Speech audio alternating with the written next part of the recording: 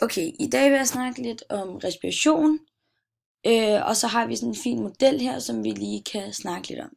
Først og fremmest i den første fase, der har vi den her rev, og den optager O2, altså ilt, som vi kalder det, igennem næsen og ned i lungerne.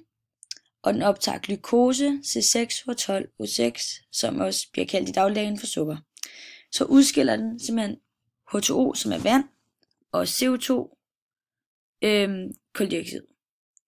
Og den fører så videre til den anden fase, som så er dyrecellen.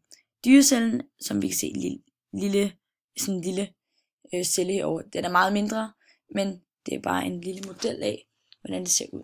Der er mange dyreceller i reven, og i dyrecellen er der en kerne, som er her.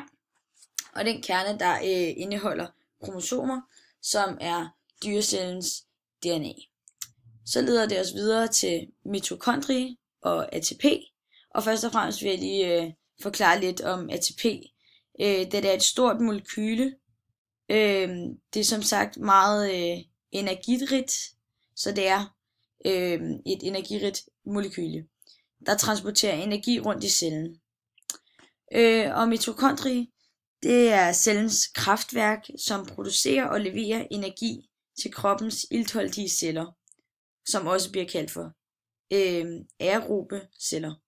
Som vi kan se her på billedet, har den dobbeltmembraner. Der kan vi se her rundt om, der er en membran, og så er der de her bølgede, eller hvad man nu vil kalde det. De varierer utrolig meget i størrelser og facon, og generelt bare former. Så alt i alt er et mitokondrie en betegnelse for en organel, der findes i de fleste eukaryote celler. Yes.